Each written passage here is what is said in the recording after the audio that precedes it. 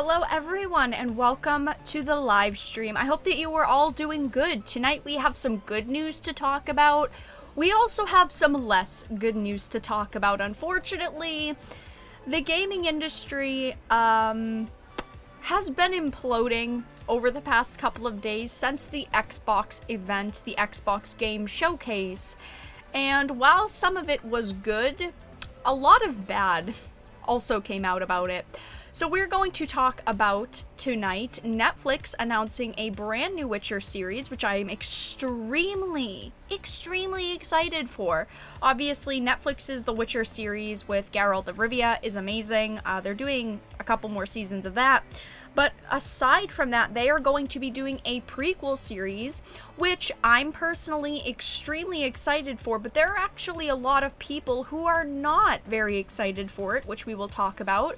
We're going to talk about Star Trek Picard producers and showrunners doing an interview and talking about toxic fandoms, but they actually kind of impress me a little bit because some of their statements are positive. Basically saying that they don't think that there's toxic fandoms, they're fans with criticism, which is interesting. We're going to obviously talk about Halo Infinite in 343 Studios. Now, since the Xbox event, there has been a lot of images popping up online about people who worked for 343 and Microsoft talking about their experiences at the company and kind of how it's ran behind the scenes. And I wanted to read through some of that employee kind of feedback, that developer feedback, and also just talk about Halo Infinite because I did live stream the Xbox event, and at first I thought that the Halo Infinite gameplay looked okay. Obviously, you can tell my reaction was a little bit iffy because I was like, well, a couple of parts do look kind of bad. But, you know, I took into consideration that the game isn't done. But then afterwards and seeing all of the still images, it just really fell apart. Because you can nitpick when you have still images. When you're watching a live stream of a brand new announcement, obviously you can't sit there and nitpick. But yikes. The footage afterwards definitely wasn't so positive. And we're also going to talk about Gail Simone basically saying she is done with the Dynamite comics. Now, there was a situation with Cecil where he had a cover, an Indiegogo cover, with Dynamite, and they basically dropped it because a lot of people, like Gail Simone, were furious that they would ever work with someone from Comicsgate, the big bad Comicsgate. And I said in my previous video about the topic that I doubt people and artists complaining would come back. I said right out, I do not think that they are going to come back. This is their excuse out of the company. And guess what? Gail Simone is saying she's not coming back. So those are the topics for tonight. But welcome everyone that is just getting into the live stream. I hope that you all are doing good. We will start on the topics in just a moment, but it's going to be an interesting night. That's for sure. That's for sure. Gail the Scorpion, Nick the Frog. You know, I feel a little bit bad about the whole Dynamite situation because Nick, the CEO, he did try in a way to listen to his artists and listen to kind of what the masses were saying. You know, the people in the company were saying, why would you ever work with someone from Comicsgate? But after he apologized and tried to fix the situation, they didn't take an apology for an answer and they're all quitting. So it kind of left him in a bad spot. I ultimately think that he should have stuck with his guns. If you're going to make a decision like that, make it with your chest and just do it. Like, don't back out of it. And he did. So in a way, I kind of feel bad, but in a way, I really don't. They did it to themselves. Dynamite did it to themselves. Did you really think that working with someone from a Comicsgate, the big bad Comicsgate, was going to earn you favor in people like Gail Simone's eyes? Because of course it's not. I guess as a consumer, we view things a little bit differently. Someone in the position of a company doesn't view it that way. They just kind of view it as, oh, well, we can just call it a mistake and move on. But that's not the way that the internet works, and that's not how social media works.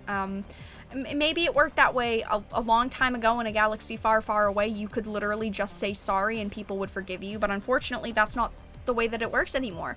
If you do something wrong in the eyes of people like Gail Simone, you will never be forgiven. And that's the unfortunate thing, because I do think that people deserve multiple chances, you know.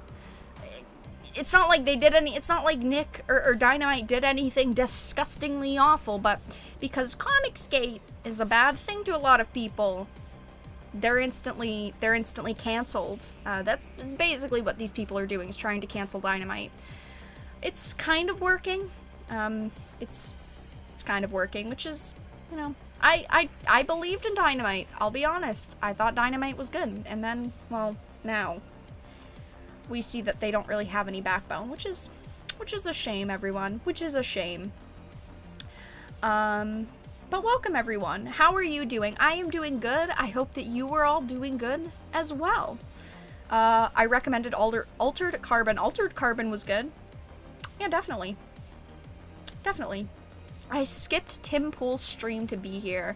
Well, Cranked, thank you for stopping by. I do appreciate it. I'm glad that you would be here to hang out with us. I guess I can't really make a death count prediction. I don't think that you can, but maybe if you guys start predicting the amount of deaths on this live stream, maybe the stream will literally crash. And I really don't want that. We always have a technical difficulty. And everything's looking okay right now. So far, please don't curse me. None of that hoodoo voodoo around here, please. Alright, so we are going to start on the first topic, which is an extremely exciting one, an extremely positive one.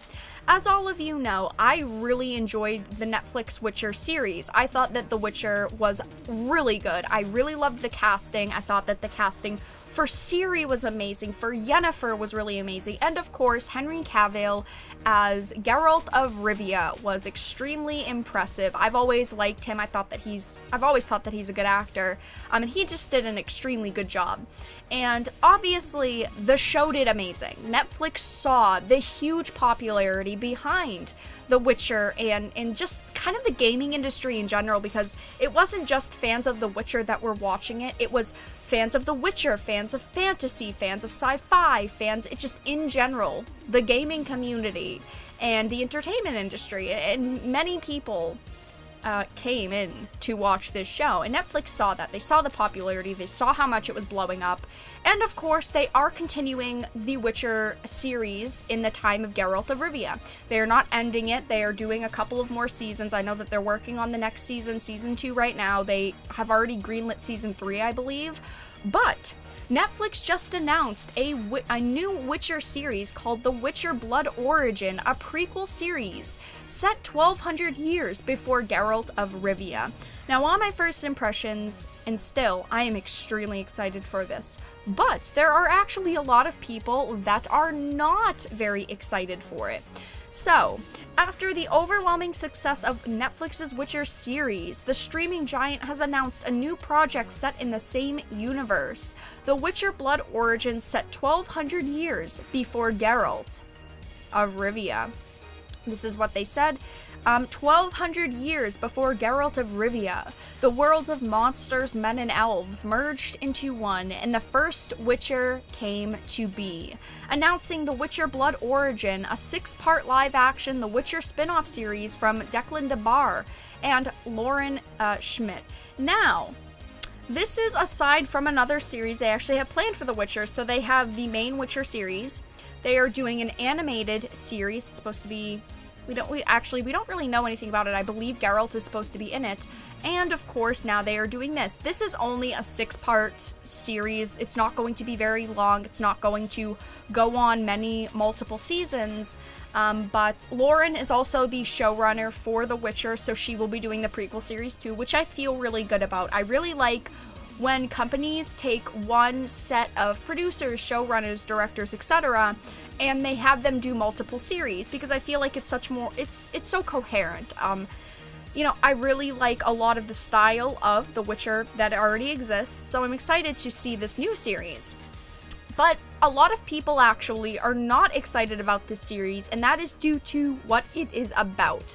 So right now we know it is 1200 years before Geralt. It is going to be about how the first Witcher came to be. Now for me, this is extremely exciting. I cannot freaking wait to see how they are going to tell the origins of a Witcher. We're seeing basically the first Witcher and we're seeing the last Witcher. But a lot of people are upset because it gets rid of the mystery. The creation of the Witchers, while there is some details, there is a little bit of information about it, it's not some extremely known process. It is shrouded in a mysterious veil. The series of, the process of creating a Witcher is difficult. That's all that we really know. You have to go through trials in series of events that are harsh and most people don't survive, and it's a very mysterious process. And this upsets people because it gets rid of that mystery. And on one hand, I understand why people are upset, because you like to keep things a mystery sometimes. You like to have some sort of curiosity about the events leading up to things. It's like in the show and also in the books, there's the wish. Geralt has a wish and he uses it, and we still don't know what the last wish is. There's a book called it, and it's also an episode in the show, but we don't know what that wish is, and there's always been that speculation because it's obviously has to do with him and Yennefer. But I really like the idea of them showing the process of a Witcher, the first Witcher. That to me sounds awesome. I am extremely excited for that. I'm someone that would rather know and have solid information than continuously guess. It's kind of like this. It's kind of like with Game of Thrones. We're going to use the reference, guys. You know it. We are going to use the reference. So you had the final season of Game of Thrones, which wasn't based off of a book. And that's why people were so interested in it. That is why people were also so disappointed with the ending. Because most of the seasons, you had a book to read. And you knew the general plot lines of what was going to happen. You knew most of the characters who were going to live. Most of the characters who were going to die. But then, it came to the last season, and you had no fucking idea. Because it wasn't written. George R.R. Martin wasn't really working on the show. He was a little bit, but I mean, he said that it wasn't how he wanted it to end, so he really didn't have that much of a say. And you had expectations. And your expectations were up here. And the show went down. It was awful. The last season of Game of Thrones was pretty bad. But it leads back to the mystery. You know, you can't just pick up a book and know what is going to happen in the final series of the final season of Game of Thrones. And the same thing is here, is that you can't just pick up a book and instantly know how the Witchers came to be. So, while they have guidelines for the Witchers and the beginning of The Witcher, they don't have a solid plot line, which is worrying fans. I want to give them a chance. The TV series that exists now, that a lot of the same staff is working on, this show as well, is amazing. And I want to give them a chance, and I'm going to say, I really hope that they don't fuck up this series. I don't think that they will. I think that they nailed Season 1 of The Witcher. Season 2 is in the works. We're supposed to get that eventually. Coronavirus, why couldn't you just wait until The Witcher was done? And I hope that this will be good, and I also hope the animated Witcher series will be good, but that is really all that we know right now. We know basically nothing about the series, but I have hopes for it, and my hopes are very high. My expectations are through the roof. So that's all that I really had to discuss with that. As more details come out, I will most certainly update you all, but this is their plan right now. Now, who knows how long it's going to take them, if they've written it already, if they have ideas for it, if none of it's written, if they have the full cast. Well, if they have the full staff, I should say, because the cast, they haven't hired anyone yet, but that's not really that long of a process. Netflix, their casting goes extremely fast. If you look at the dates for larger shows, like how they cast, bing, bing, bing, they cast extremely fast. But that's all that we know right now. I hope that this show will turn out good, and I have extremely high expectations for it. Her expectations are to see Cavill's booty are high. I like Henry Cavill, don't get me wrong, but I don't watch The Witcher just for the actor. I think that there are many, many actors that could have played Geralt very well. Now, I really like Henry Cavill. I think that he's really good. He's a really good actor. He knows what he's doing. He doesn't fuck up, and he's not boring. He's not a Brie Larson, and he's not a Kristen Stewart. But I just have hopes that he won't be bad in the next season, in season 2, and maybe we'll get to see Cavill, but that would be nice. Thank you for the $5 donation, Christopher. I do appreciate it. Game of Thrones final season, still upset. You're still upset over the Game of Thrones final season? I suppose I'm not, because I didn't expect much. I didn't expect much. After seeing season 7, I knew that season 8 was going to be bad. I just had this feeling. I still watched it every night, every Sunday night. I'm sad that it's over, but I'm also sad that it was so bad. I don't hate Cavill, but I have to watch more stuff with him to really warm up to him. Fair enough. Yeah, fair enough. I like him. I don't think he's bad. I would like to see him in more, though, obviously. Season 7 was a decline as well. Yeah, Season 7 of Game of Thrones was a big, big decline as well. I liked... how do I want to say this? I liked some of the plot lines that they went with, but there were just a lot that were terrible. Just terrible. Alright, you guys, we are going to move into the next topic of the night in just a second. Why is Microsoft telling me I need to update things? Can you not? That would be fantastic. that would be fantastic, Microsoft. Thank you so much. I enjoyed Cavill in Superman. Was a slow roll, mature for adults. He's also going to be in the Enola Holmes series or movie. It's on Netflix, which I think looks really good. I don't know. I feel like I just have high expectations for it because you have the actress that played Eleven in Stranger Things. You have Henry Cavill. You have, what's the guy's name? Sam... What's his name? I'm gonna find out. Sam Claflin. That's who it is. You have Helena Carter. I mean, there's a lot of good actors in this. Millie Bobby Brown, that's the actress's name. But it's mainly focused on Enola Holmes, not on Sherlock Holmes, but I'll definitely give it a chance. Alright, so moving on to the next topic of the night, we are going to be talking about Star Trek. Now, I've talked about Star Trek quite a lot. I didn't think Picard was awful. Season 1 of Picard was mediocre. It definitely lacked on a lot of storytelling, but I don't think that it was the worst thing. I don't think that it was as bad as it could have been. Let me word that specifically. But we've also talked about people that are involved with Star Trek, talking about toxic fans and toxic fandoms. Whenever something gets criticized a lot, there are always showrunners, producers, executives, directors, whoever. There's always someone that says it's due to toxic fans. Like, the only people that are criticizing it is like a toxic fandom. And that to me is awful, because I think that people should be able to criticize something without being called toxic or misogynists or racists or ists or isms.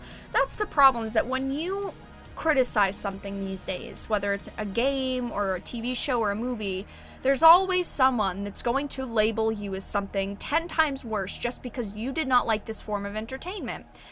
And Alex Kurtzman, said it right, and Heather Caden addressed toxic fandoms during an interview. This is a Bounding Into Comics article. Star Trek Picard executive producers Alex and Heather's thoughts on toxic fandoms were recently revealed in a brand new interview. Space.com's Scott Snowden recently published an interview he conducted with the executive producers back in January during the series premiere for Star Trek Picard.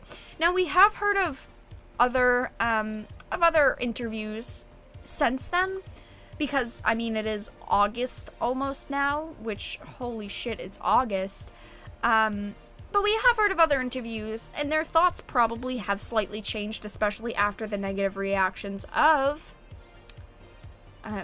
the new Star Trek series, like Star Trek Picard, and also, what is it called, Lower Decks, which looks awful. But at the beginning of the interview, Heather makes it clear that they do listen to fan feedback. We always read feedback. I think it's invaluable. Now, a lot of producers in Hollywood would disagree with this. They would say they only care about positive feedback, and any negative feedback is trash.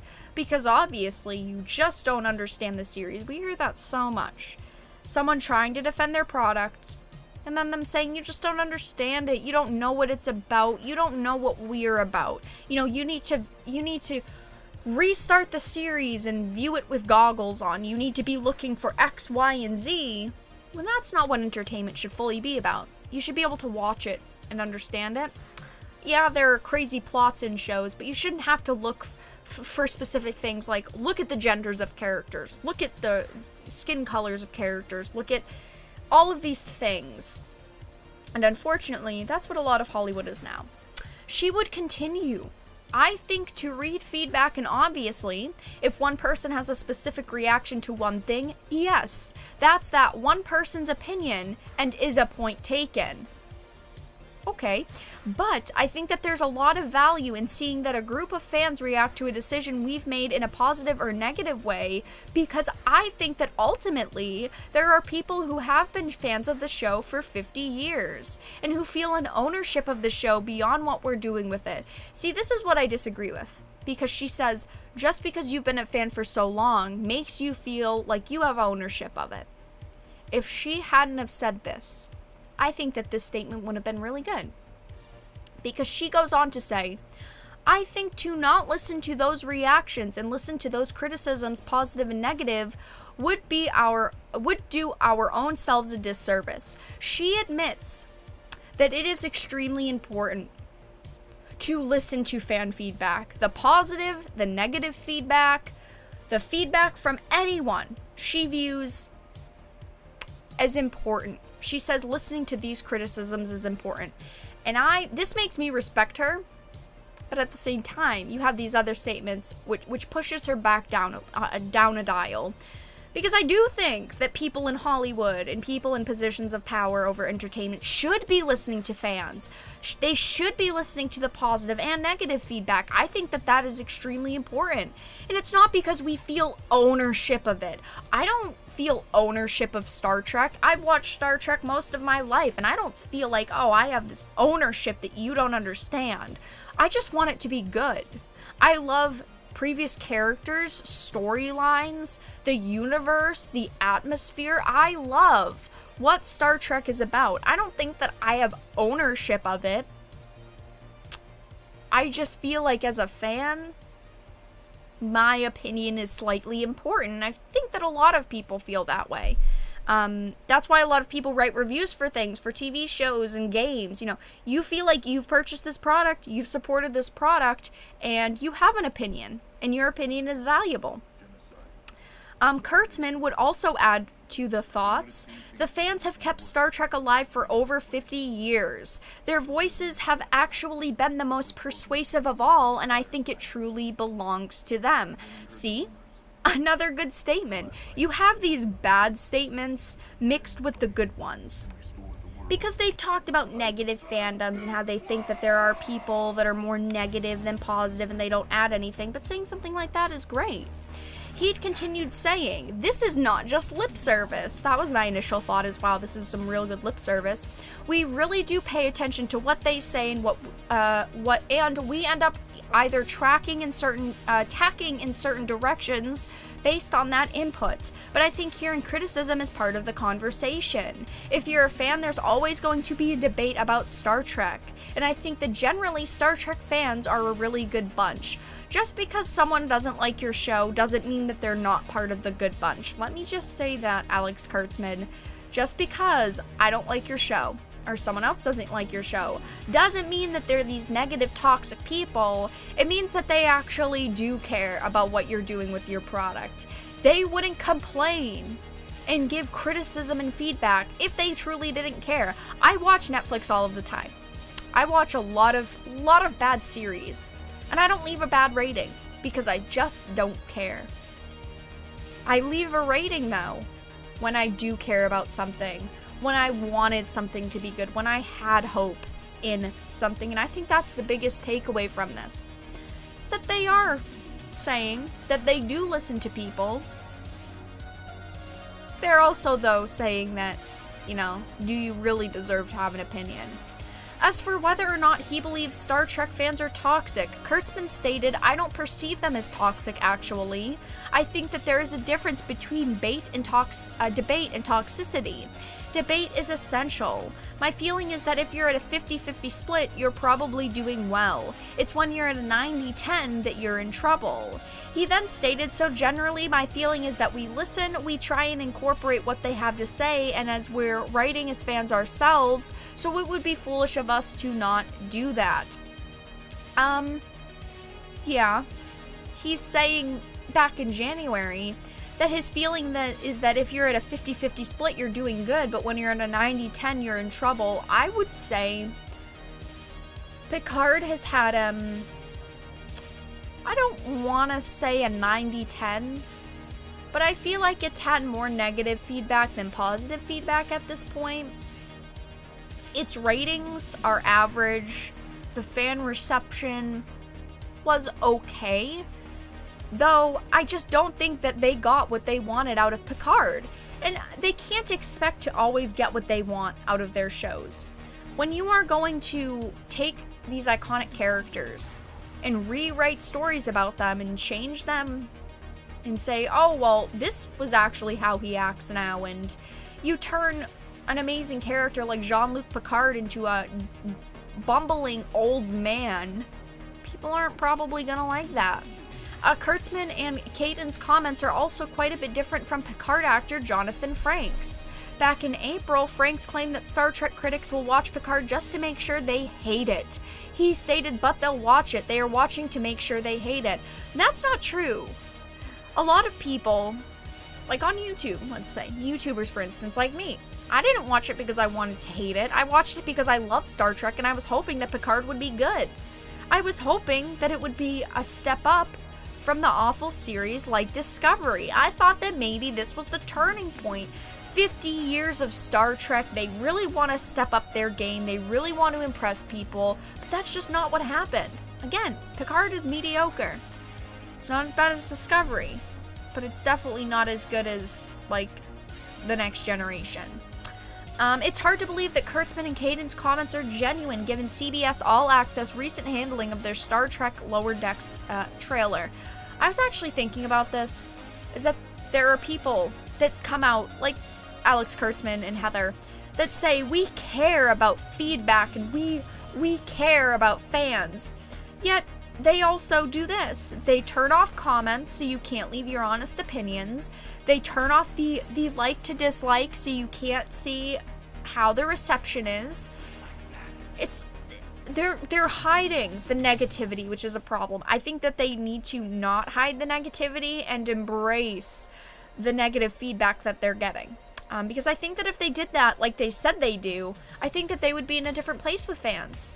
I know that as a consumer that uses CBS All Access to watch Picard and whatnot, I think that people would respect them a little bit more. And I think that that also is a huge, huge problem when it comes to, like, CBS and Star Trek, is that people behind these projects act like they're better than us. They say that we're fans too, yet they censor fans and they shut fans' opinions down, like right now on the Lower Decks trailer, because they can't take that criticism. And I just feel like I want to give them a chance, because some of the statements in this interview were good. But at the same time, they just have to always make those fucking backhanded comments like, you feel like you own it. I don't feel like I own it. I just care about it. I care about these iconic characters that you're ruining because you think that it's entertaining. Star Trek Picard also had a pretty big viewership drop from its first episode to its final one. The first episode debuted with 1.851 million viewers in Canada, and by the final episode, the viewers had dropped to 1.382 million viewers. That's over 25% of the audience dropping off in just 10 episodes. Not only is it over a 25% decrease in viewership, but it's almost 500,000 total drop. So, ultimately, this is lip service, and I do think that some of the statements that they made are okay. But at the same time, we all know that it's backhanded and that they really don't care about fans. They claim to be fans themselves, yet if they really cared about fans, they wouldn't shut off the ratings so that it didn't hurt their sensibilities, it doesn't hurt their feelings. That's why they shut the ratings off, because they don't want to accept that they fucked up. But that is all that I really had to talk about with Star Trek Picard and Alex Kurtzman and Heather Caden. No, the problem is that I always want to give these producers and showrunners and blah blah blah blahs a chance. Do they really deserve another chance? I'm not necessarily sure. Oh boy, can't wait to start on this topic in a moment. This is going to be fun. I know this is going to be fun.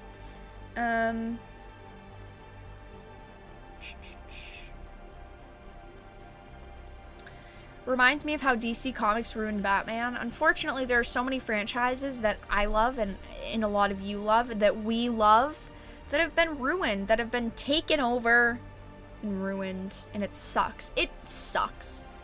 I'm just gonna say it. I know we're all thinking it. Like, it sucks. A lot. A lot. It's just a shame to have to constantly read the things that showrunners are saying about fans, because it's disappointing. Because as a fan, I don't want to be called toxic. I don't want people to insult me, and I'm sure none of you want to be insulted just because you liked or disliked something.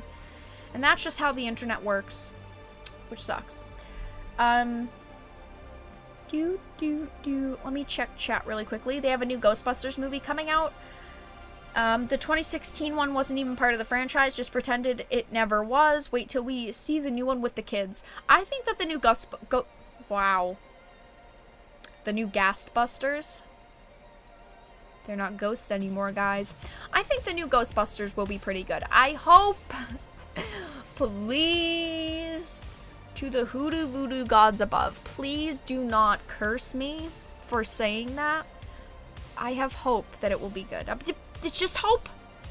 Don't curse me just because I said I hope. I feel like whenever I say I hope something's going to be good, it turns out awful, and I regret ever saying that I have hope in it. Yeah. No, I accidentally, like, gassed busters, like a gassed. I don't know. 343 Studios, we have a problem. Yeah, this is the next topic that we will get into in just a moment. Ghostbusters. Oh no, my mispronunciations will haunt me forever. Forever.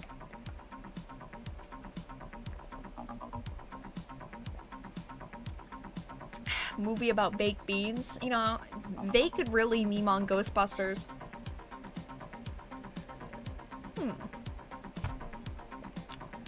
So I think the running for Game of the Year will depend on Cyberpunk. If Cyberpunk truly releases in November, I think Cyberpunk will be the Game of the Year. Hands down.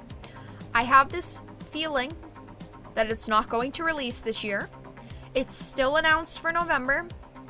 If it releases this year, Cyberpunk 2077 will be the Game of the Year. If it's not, I think that The Last of Us Part 2 would stand a chance, but I think that it's going to be Ghost of Tsushima. I think that Ghost of Tsushima is being critically acclaimed. It's selling out. It's selling everywhere. It is doing amazing. And I really love Ghost of Tsushima. My vote would be for Ghost of Tsushima. I do think that The Last of Us Part 2, though, will definitely have a fair chance, because there are a lot of diehard fans of The Last of Us that really like The Last of Us Part 2, and that's awesome. I'm not saying it's bad that you enjoyed The Last of Us Part 2. I'm not saying that one bit. I'm just saying I think that Ghost of Tsushima will win, but if Cyberpunk comes out this year, it will be Cyberpunk. Gail Simone. Gail Simone is going to be the last topic of the night, because that is a topic that's going to make me angry. Welcome everyone to to those of you who are just getting here. I hope that your night is going well. Really quickly, before we get into the next topic, if you all are enjoying the live stream, please make sure to give it a like. Of course, if you're not, make sure to give it a dislike. I appreciate your support either way. Consider becoming a Dark Titan via Patreon for just $1 a month. It does really help support the channel, as I do not currently monetize any of my content. And, yeah, make sure to follow me on social media. All of the links are in the description, or I could post them in chat. Alright, it is time to get into the next topic of the night. And this is the only image you guys really need. I'm just trying to skip this song because it sucks. I'm sorry, it's too long. Okay.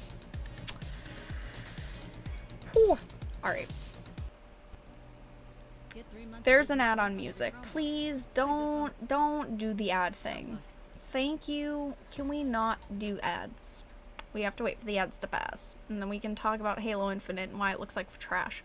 Okay. Alright. So, I had live streamed the Xbox Game Summer event here on the channel, and I overall thought that it was pretty good. I was a little bit disappointed. The lack of announcements, some of the boring announcements with no gameplay. But, of course, one of the largest announcements was the worldwide reveal of Halo Infinite and its gameplay. Now, while I was watching the live stream, I thought that Halo Infinite looked okay. If you go back and watch it, I definitely was shocked at a few points, because at some points, it looked really bad. And I did point it out. But I told myself, we are talking about a game that's not ready to release yet. We are talking about a game that this could be slightly older footage. And also, it of course was the reveal. I gave it a chance. And of course, when you're watching something live, you can't truly judge it. You have to pause it and you have to analyze it. And I wasn't really analyzing it when it was live. But going back and seeing the screenshots and seeing the memes that have come out of this, obviously, I can say Halo Infinite looks pretty bad. It looks pretty bad. This is a screenshot from Halo Infinite, from the gameplay reveal that we saw. And it looks so bad. Now, we have to talk about 343 Studios and the development behind Halo Infinite. Before we do that, though, I just want to point out, this is an image from an article. And you guys can't see the title of the article. I can probably move this a little bit. You guys can kind of see it right there. The title of the article is Why Halo Infinite Looks Like a Last-Gen Game. And that's because it basically is. So there have been a lot of rumors going, circulating around the internet right now about 343 and Halo Infinite.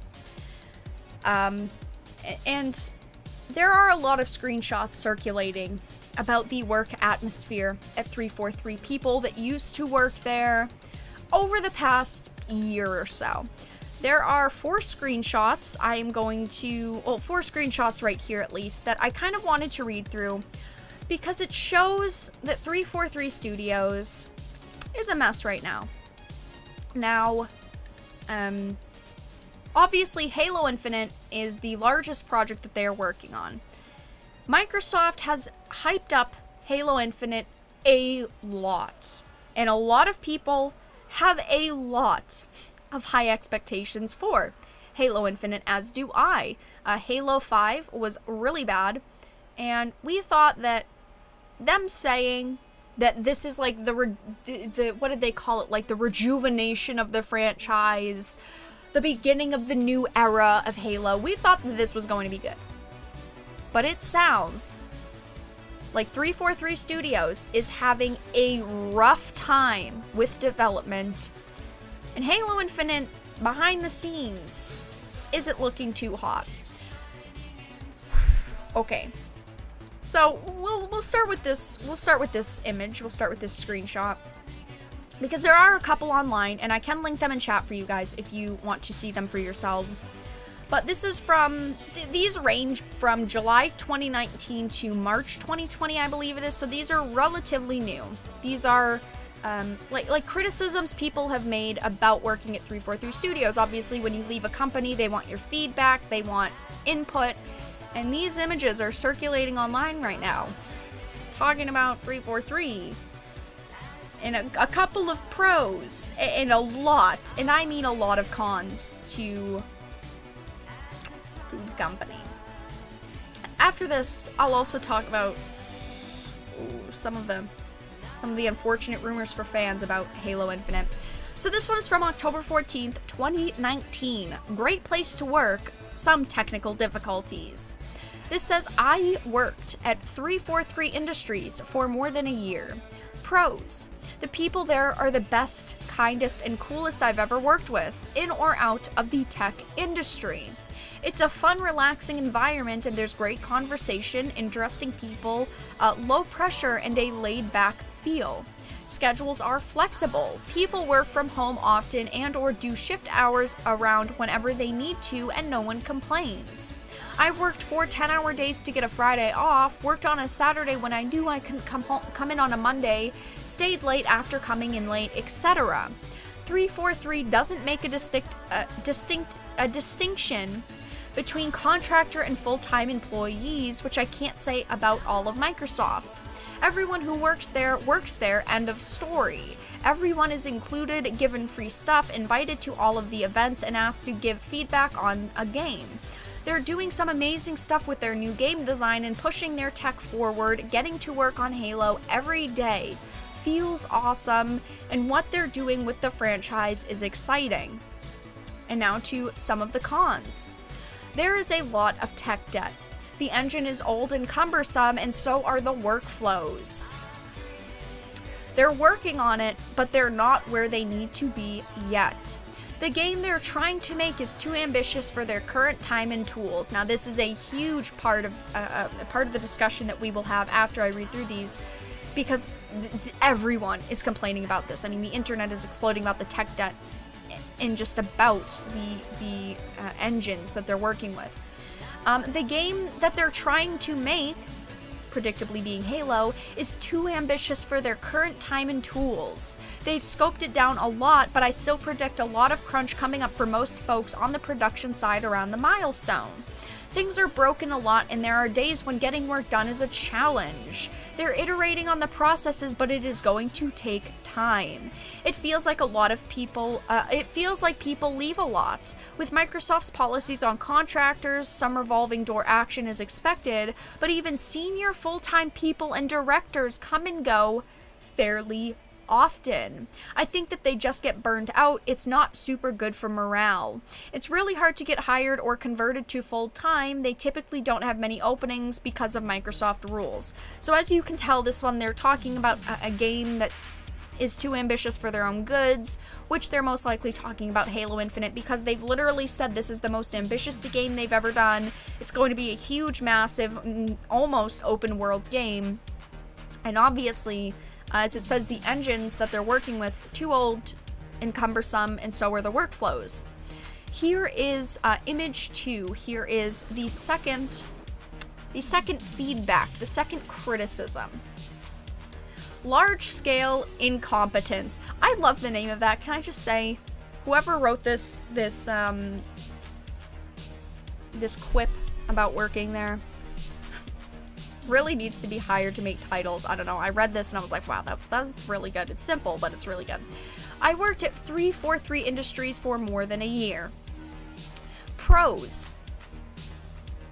Definitely don't outweigh the cons. There are some genuinely smart people there, both with backgrounds from other game studios and from within Microsoft. You're technically a part of Microsoft with all of the potential perks that come with it. And that, my friends, is about it. That, my friends, is it. Cons. I'm not laughing because they had a shitty time at Microsoft. I'm laughing because there are people that would die to work at 343, that would love to work on Halo. And a lot of these people probably started out that way. But unfortunately, it wasn't what they expected. And that is what happens a lot of times, is you expect going into something and it being a positive, amazing experience, and then unfortunately, it never is. Cons. Absolutely awful build/repo issues. Tests would fail at random and the build was broken more often than not, leading to things being locked down. This only caused people to mass submit their changes once they were unlocked, leading to a vicious cycle of things working for just a few hours at a time before things were locked again. I've seriously had month-old submissions that I just had to sit on, delaying further work that touched on the same files. Massive, awful code base, but that's kind of common for this sort of studio. Really heavy use of contractors. I honestly wouldn't be surprised if more than a third of the programmers are hourly, and I assume the ratio for artists/designers is even worse. I would actually love to see the stats on that. Obviously, we probably will never, but wow, that sounds really, really, really bad. The next one is for every genuinely talented person, there is a dozen vendors or senior programmers that don't even know the basics of the tech we are using, and there's zero investment in improving that. Zero accountability, as far as I can tell. These same people have never been in upper management for ages, despite games being poorly received and the studio itself being a mess. And the build is constantly being broken by bad check-ins without any consequences. And the last one is not enough restrooms. It seems weird to point out, it definitely does, but when you usually need to go to a neighboring building to find a free stall, that's a problem. So, I just want to point out here that we're talking about people that have said that they worked for 343 for more than a year, but that means less than 2. So it doesn't sound like they were there extremely long, but, you know, I do believe most of what they're saying.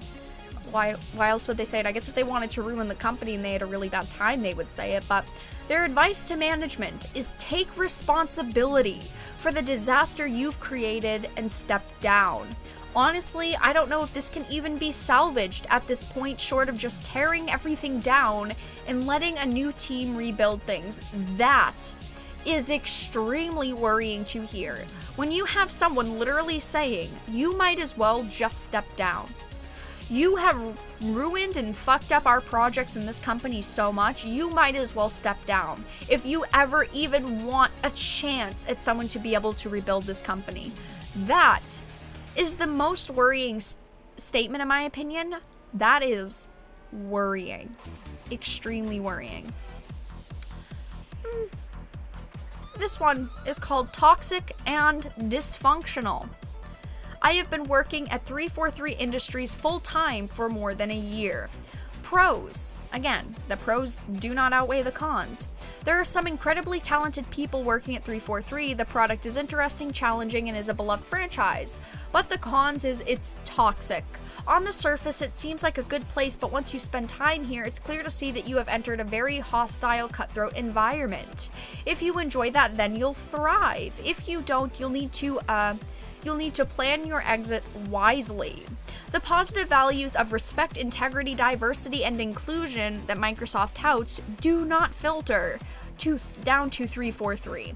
I do want to say that Microsoft lately has been kind of touting the diversity and inclusion thing, so this is interesting to hear. I've never worked in such a toxic, aggressive environment before, and I'm astounded that it became this bad, and their advice to management is do some serious self-reflection and decide what kind of gaming studio you want to be. A place where people thrive and want to stay to build incredible things, or a place where people get torn down and bide their time to get Halo on their resume. That is some serious shit. Saying like, oh, well, do you really want people to just be here because it's Halo, or do you actually want people to be here because they love your company? They don't go into what the toxicity is, so it's kind of hard to judge this one because they say it's toxicity and it's not inclusive and respective and diverse, so we don't know what they mean, so you can't really comment on it that much.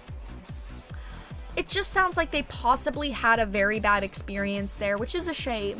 You know, people don't deserve to get shitty experiences at jobs. I know that it's very common. It happens every day. I mean, let's be honest, it happens in every industry.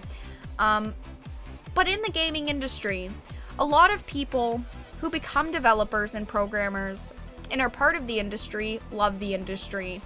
They start out loving games, loving products. You know, they don't want to just get into this industry because they figure it makes them money. Yes, the gaming industry is huge now, and a lot of people are coming into it just for the money. But so many of the people that started these amazing companies that we love truly and genuinely cared about the games that they worked for. So as you can see, it just sounds like 343 Studios is not doing very good. It sounds like they are unfortunately undergoing a lot of stress. And Rich from Review Tech USA did a post on Twitter and mention in his own video on this subject that he knows a Microsoft insider that confirmed that 343 Studios is in a rough spot due to Halo's development. They are having a struggle with it. I think a big problem here is that they're trying to take current technology and a current engine that already seemed like it was behind on the times and stretch it even further and basically build a next generation game out of current gen technology so that it would work on the Xbox One and bill it as an Xbox Series X launch title, even if it is really a broken Xbox One X game. Because this is going to be launched on both. It's supposed to be on the Xbox One X, but it's also an Xbox Series X launch title. So that's a big problem, is that they are trying to take what they have and build something for next generation, but also build it for the current generation. I mean, I don't want Halo to fail. I don't want Microsoft to fail. I want every platform to succeed, whether you are Nintendo, Sony, Microsoft, an indie developer, whoever. And when this shit is going on, it's super disappointing to hear. When you are hearing people that worked at this company say that there are these bad problems, that it's a toxic environment, and that they're reaching for too much, I as a consumer and someone part of the industry get extremely disappointed. I want the gaming market to be healthy, where all of the companies are healthy and they are doing amazing things. The developers aren't being crunched into oblivion, and this just doesn't sound like this is the case for 343 and Halo. You know, this Reddit post that kind of brings up the rumors about Halo Infinite's failure, the top one, the top couple of ones do make a lot of sense, and I will link this into chat, but one of the top comments, which I do agree with, is that the biggest mistake here is wanting something so ambitious just for a campaign, because that is a huge rumor that is going on right now with Halo Infinite, is that it is not going to ship with multiplayer. It is only going to ship with its campaign, and I think that that will single-handedly kill the game. There are a lot of people excited for the campaign. I'm excited for the campaign. I will play the campaign. But to keep a game alive, you need some sort of multiplayer. Multiplayer is what streamers play. Streamers bring a lot of attention to your game. And it's Halo, so it's obviously going to sell extremely well. But if you want players to keep coming back, you need some sort of multiplayer. And it's rumored that it is not going to have multiplayer at launch. So ultimately, that's all that we really know about Halo Infinite right now. It looks like a fucking mess.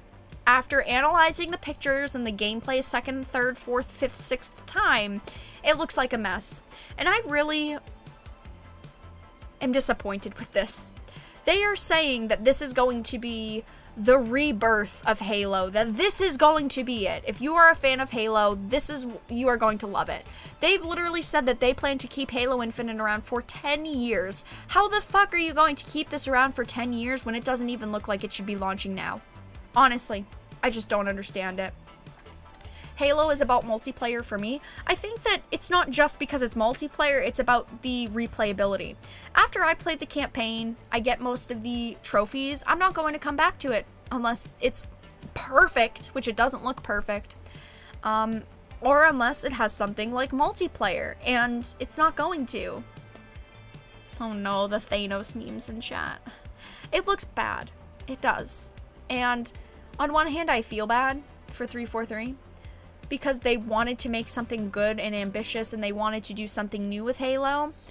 but it just sounds like they reached too far and they needed more time, and they unfortunately ran out of time. And we also don't know how COVID affected them, because COVID really could have affected their development. But obviously, this looks like how the game should have looked maybe a year ago or 2 years, yeah, we'll say a year ago in development. This doesn't look like something they should be showing off at a summer event talking about the launch of the next console. If I was someone that didn't understand games, and I just casually played games every once in a while, and I saw this, and they said, you have to buy a new console for like $600 for this game, I'd be like, you are fucking nutso. I would laugh and never think about purchasing that console again. Yeah, the game has been in development for 5 years. This looks like a game that the state that it's in, or that we're seeing the footage, should have been a year ago, maybe 2 years ago. I understand that they wanted to be ambitious and they wanted to make the game big and exciting, but it's way, way too off base. So that's all that I had to talk about with Halo Infinite. We are going to move into the last topic of the night, which is going to be Dynamite and Gail Simone, which we will talk about in just a moment. It looks like the graphics of a game from 5 years ago. A problem that they faced is that they tried to make this game for the Xbox One X, the current console, and next generation console. It doesn't even look good for current generation, never mind next generation. This looks like trash. It's not good. And I think that they could polish it. They do have a couple of months still. But a couple of months during COVID isn't a lot, because of how backed up I'm sure that they are. So you have to take it with a grain of salt. I feel bad, but at the same time, it does not look good at all. I mean, it looks pretty terrible. Not very good at all. Oh, I see all the Gail Simones in chat. You guys aren't Dark Titans anymore. You're Gail Simones. What do y'all think about that? I think that sounds pretty good. I think it sounds pretty good. Nick got Ned Stark.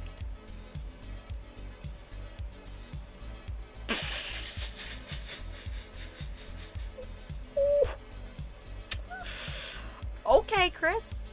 You got me there. I was not expecting that one. EVS intensifies. Gail has been fucking with the comics industry for years now. You're not wrong. Alright. How do I want to approach this? Fuck people that act like Gail Simone. So, if you do not know, there was recently a situation with Cecil. Cecil had started an Indiegogo campaign with Dynamite. He was supposed to be launching something called Cecil's Big Cover. It had Vampirella and Red Sonja on the front. And there were people in the industry, in the comics industry, that were extremely mad that Dynamite decided to work with Comicsgate content creators, because Cecil is friends with people that are Comicsgate. And I don't think that they got mad because it was Cecil himself. They got mad because of the big bad Comicsgate word. They got mad that anyone affiliated with Comicsgate would ever get a chance to make a cover. And Dynamite bent the knee. After launching the Indiegogo campaign, Dynamite decided to say, you know what? We regret our decision. We are no longer going to be working with Cecil. And there were people like Gail Simone that said, artists, even fans that said, we're going to boycott the company. Like people like Gail Simone, artists, said, we're not going to work with Dynamite anymore until they get rid of these disgusting Comicsgate creators. I'm not calling them disgusting, but they've called them disgusting. They literally said, well, we're not going to work with Dynamite until these Comicsgate creators are gone. So you know what Dynamite did? Okay, they said okay. They got rid of Cecil. They booted his cover and said, we're not going to do the cover. And I called in my last video. I told you guys. These people aren't going to come back. It's not good enough for them. They've said that they're going to boycott the company, and they're not going to support the company, and they're not going to, no matter what you do, and no matter what you say. No matter what Dynamite did. I'm gonna bring this up. I'm gonna bring this up for you guys. Because I called it in my last video, and I tweeted this out. I tweeted this out yesterday, when I found out, and I said, Gail Simone is no longer working with Dynamite after the Comicsgate situation. People like her demanded that Cecil's cover be canceled or they wouldn't work with the company. Yet now that it's canceled, they still won't come back. I called it. I'm gonna play this for you. That Dynamite has supported Comicsgate creators, and I just want to say that these people we're about to read about are claiming they're going to boycott the company, and that these artists are saying that they're not going to continue working for Dynamite. So now that they've canceled the cover, will they continue to work for Dynamite? Probably not. If they did, I would honestly be shocked, because most of the time, they don't come back. Most of the time, they don't come back. And that is exactly what Gail Simone did. She proved me right. She did exactly what a lot of us expected her to do. And that is that she didn't care that Dynamite bent the knee. And it was useless. And Dynamite not only lost their SJW audience, but they've also lost the audience of people that enjoy Cecil's work. And the fans and the people associated with Comicsgate. So Gail Simone no longer working with Dynamite following Comicsgate controversy. Comic book writer Gail Simone, who has worked closely with Dynamite Entertainment on titles such as Red Sonja and The Death-Defying Devil, has issued a statement regarding the publisher's ties to Comicsgate. Oh, them doing a cover with one Comicsgate writer. Oh no, that's so bad. That's so awful. How could they ever? She said, alright, I promised I would talk about Dynamite. This sucks, I'd rather not, it's extremely unpleasant and draining. I didn't post much either because the whole thing blows. Simone explains that the situation is, it's not something that she's very happy with. She considered the guy, Nick Barucci, to not only be a publisher, not just a friend, but damn near family. And ultimately, when Simone believes a company can publish who they want, she says learning the alleged connections between Dynamite and Comicsgate was very disappointing to her. I know that this is just going to end up being mocked on all sides, but when you have someone you care about and this happens, I really just can't articulate how much it sucks, she said. There's two things going on, the public and the personal. The public thing is what it is. The personal is that this was a publisher I liked, who went to my house, was robbed, immediately wrote to offer a loan to me money if I needed it. I didn't, but that was just stand-up behavior. While disappointed with Dynamite's Comicsgate connections, Simone says, I want there to be a path out of this kind of shit. I want to believe that there's a way that people can step up and make it back into the light. Back into the light? What is this, a fucking soap opera? Oh, they worked with one person I didn't like. They might be able to be redeemed and come back into the light if they ever do anything bad again, though. I'll never forgive them. This is the problem. Back into the light. She's saying they have Comicsgate connections. She literally sounds... she sounds crazy. Do you all know the situation that happened with IKEA a couple of weeks back, where they were saying that they were where people were accusing them of selling a $40,000 couch because they were like trafficking kids in the couch or the cabinet? It literally sounds like that's what Dynamite did. Is they did something so horrendous and awful that they can never be forgiven for when we're talking about a comic book creator. We're literally talking about one comic book cover that was funded on Indiegogo. That had already made its goal, by the way, in less than 24 hours, already made its first goal. A comic book cover. I mean, it's not that deep. There are people all around me, and you, all of us, that have different opinions than us. And I don't go, oh, they're part of the dark side. Maybe one day they'll come back into the light. I mean, it sounds so fucking dramatic. I mean, it does. She also backfired at people who claim that she remained silent on the controversy up until this point because she didn't want to endanger her paycheck. In addition to announcing that she is not currently working with Dynamite, she also reveals that she is not going forward with a charity book to benefit comic shops they talked about. I worked at Dynamite because I like the people. I love the characters. I have always loved it and had fun there. They have routinely asked for more work than I can do, but I don't need them and they certainly don't need me. It sucks, but it's the truth. She says what happens in the future is not for her to say, though she hopes Dynamite comes out stronger and better and that people make mistakes they trust the wrong people. Nick did contact me today. We still haven't spoken, but I do believe he's heard a lot of what people here have had to say. I don't know any details beyond that. I feel like the story's still unfolding.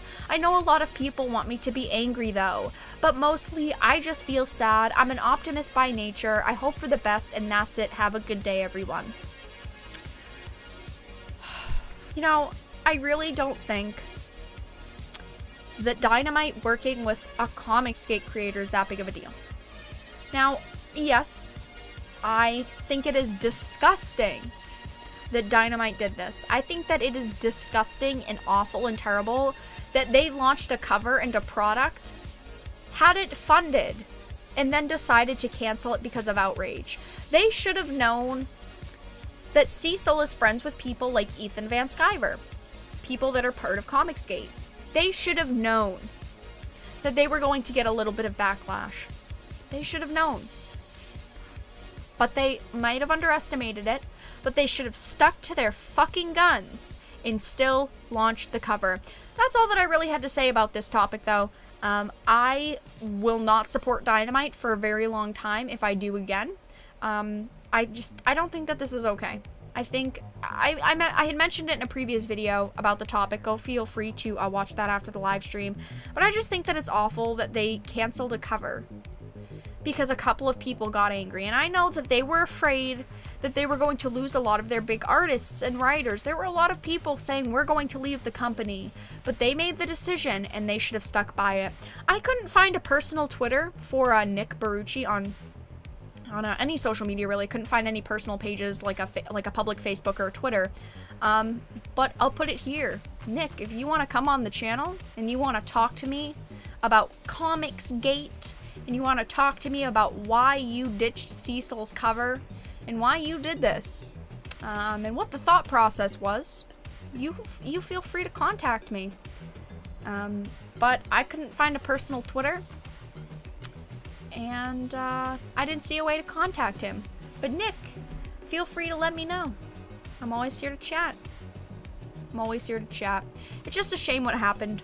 It's a shitty situation that someone got fucked over because a couple of people didn't like them. But that's how social media goes, unfortunately. And that's all that I really had to say about that. It's a shame. Make sure to go and follow Cecil on Twitter if you do not already. I will go and find his Twitter right now and link it to you all. Please go and follow him. He is doing other projects. And I think that you guys should definitely support him if you enjoy his work, especially after this whole situation. Oh, hey, Cecil follows me on Twitter. Nice. I didn't even know. I just linked his Twitter in chat. But, yeah, support Cash Grab. Go and support his products. I've never had a problem with him. He's always been extremely nice to me. So of all the Comicsgate creators, I'm sorry. I have to say it like I'm reeing. Comicsgate! For Cash Grab, he also did take this cover. So the cover that he was originally supposed to do on Indiegogo for Dynamite, he actually took and redid the characters, like the females on his sides. I'll find it for you guys, and is actually selling it as a Cash Grab cover as a reward. Here you go. You guys can see it. It is the same character. Well, so on one side was Red Sonja and on the other side was Vampirella, but he changed the characters to obviously different female characters, and he's selling it for Cash Grab, and I think that it's awesome to have an alternate cover for Cash Grab. Congratulations to Cecil. I know that this has blown up his Indiegogo project for Cash Grab. I know that he's gotten a ton of more support due to the Dynamite situation, and you know what, Dynamite? Really, all you did was ruin any chance you had, because let's be honest, the SJWs will never forgive you, and now the Comicsgate fandom and the fans of Ethan Van Sciver and Cecil will never forgive you. You're done. You have single-handedly just killed anything that you had in this industry. Because one side doesn't forgive, and the other side just doesn't like you now for what you've done. So that's all that I really had to discuss for tonight's topics. We talked about Comicsgate, we talked about Star Trek Picard, we talked about Halo Infinite, and we talked about The Witcher. I will go to the Q&A portion of the live stream though. If you guys have any questions or comments to make, please feel free to put them into the chat now, and I will talk to you all for a few minutes.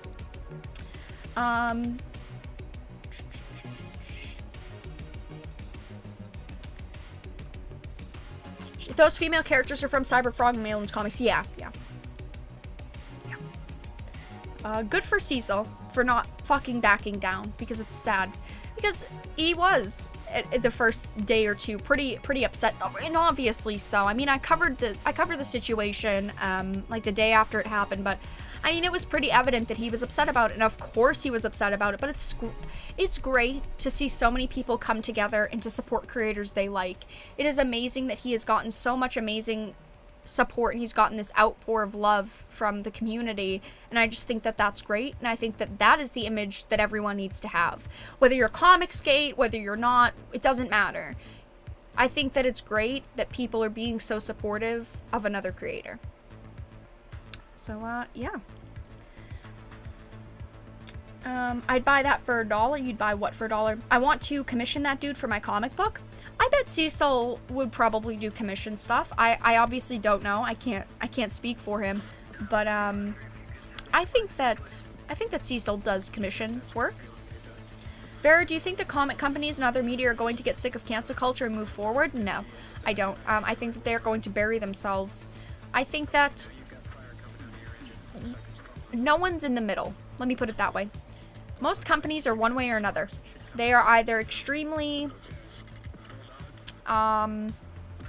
SJW, or they are extremely not. There are very few companies, entertainment, media, whatever, that are in the middle.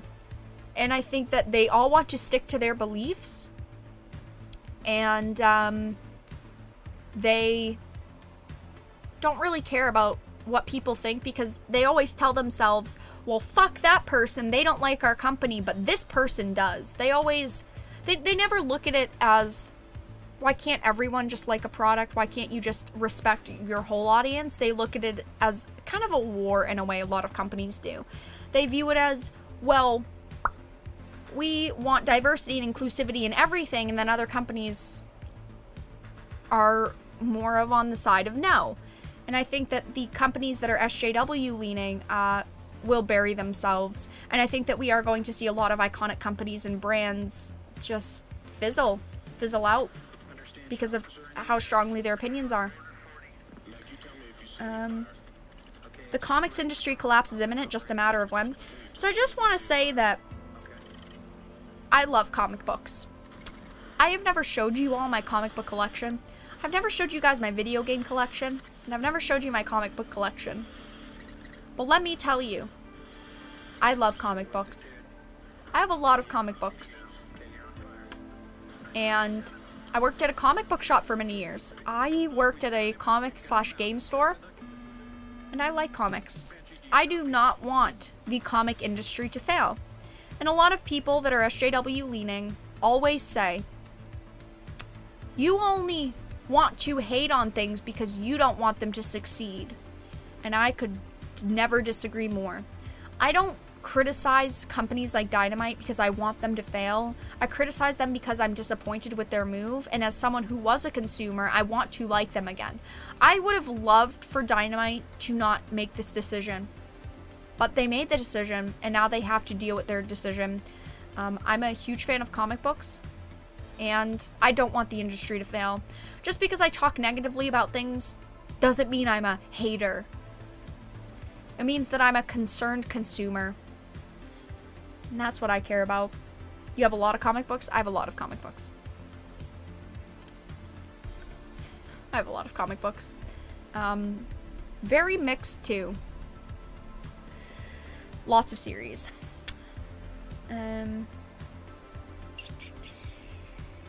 It's the smaller businesses that end up being the true victims with all of this garbage that they are pushing? Absolutely. To a lot of big companies, it won't matter. Like, look at DC. DC could make every wrong move in the book, but at the end of the day, they would still be DC. If you have, you know, them fucking up the comic industry, you know, it's comic book stores that suffer, and it's artists that suffer. Artists don't get commissions because comic books aren't selling. So stores have to close because their product isn't selling, and then artists and writers, they don't get commissions because comics aren't selling. That's awful. I don't want to see the downfall of the industry, but it's inevitable at this point. I don't see a way that the comic book industry could literally just flip overnight. I do not see that happening. I don't, unfortunately. Will AT&T close down DC Comics? I don't know. It's hard to say. There's so much rumor and speculation about comic book companies closing. There's evidence for yes and there's evidence for no. The retailers get crushed. Absolutely. It's always the middleman. You have the consumers and you have the large corporations releasing the product, but what about who you buy it from? Obviously, distribution has changed a little bit. Companies, large corporations, I should say, are going to selling it directly, and comic book stores get fucked over too. But, you know, maybe they shouldn't. How should I say this? Maybe. How should I say this? Maybe the corporations should appreciate their consumers and their sellers just a little bit more. But alright, you guys, I am going to end the live stream here. Thank you all so much for stopping by tonight. I do very much so appreciate it. If you enjoyed the live stream, please make sure to give it a like and share it. And of course, if you did not, make sure to give it a dislike. I appreciate your support either way. Please make sure to join our Discord. We are very active there. I do chat with you all in the supporter chat. And if you want access to the supporter chat, you can become a Dark Titan via Patreon for just $1 a month. I am going to be adding some new rewards soon, which I will be posting in the supporter chat as well. I am hoping to get to 50 supporters soon. Once we get to 50 supporters on Patreon, I will be doing a monthly supporter-only exclusive Q&A/gaming session. I'm not sure exactly what it will be, but it will be a live stream exclusive to supporters only, like I said. Play some multiplayer games, chat, Q&As, who knows. But alright, I am going to end the live stream here. Make sure to follow me on social media. The links are in the description. Join the Discord. Consider following me on Patreon. At least check it out if you don't currently have the funds to support. Of course, viewing the videos, stopping by the live streams, all of that support matters a ton to me, and it helps the channel more than you could understand. But alright, you guys, I'm going to end the stream. Have a fantastic night, everyone.